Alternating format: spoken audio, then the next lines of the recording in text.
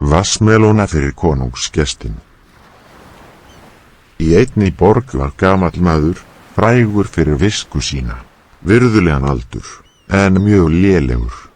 Þegar konungur frétti af visku þessa gamla manns og tilkynnti honum að hann vildi heimsækja hann í húsi sínu og hlusta á orð sín, bandstrykk hvað munum við koma fram við konunginn. Konan hans spurði: Við höfum næstum ekkert heima. Þú munt koma með það sem þú hefur og gera eins og ég segi þér, svaraði öldungurinn. Þegar konungur kom kona gamla mannsins með vatnsmelóna. Eigandinn tók vatnsmelónunar í hendina, fann það með fingrum sínum og sagði við konu sína: Bandstrykk, það er vatnsmelóna betri en það. Farðu og komdu með hann. Konan tók af sér vatnsmelóna, sneri síðan aftur og í höndum hennar var aftur vatnsmelóna.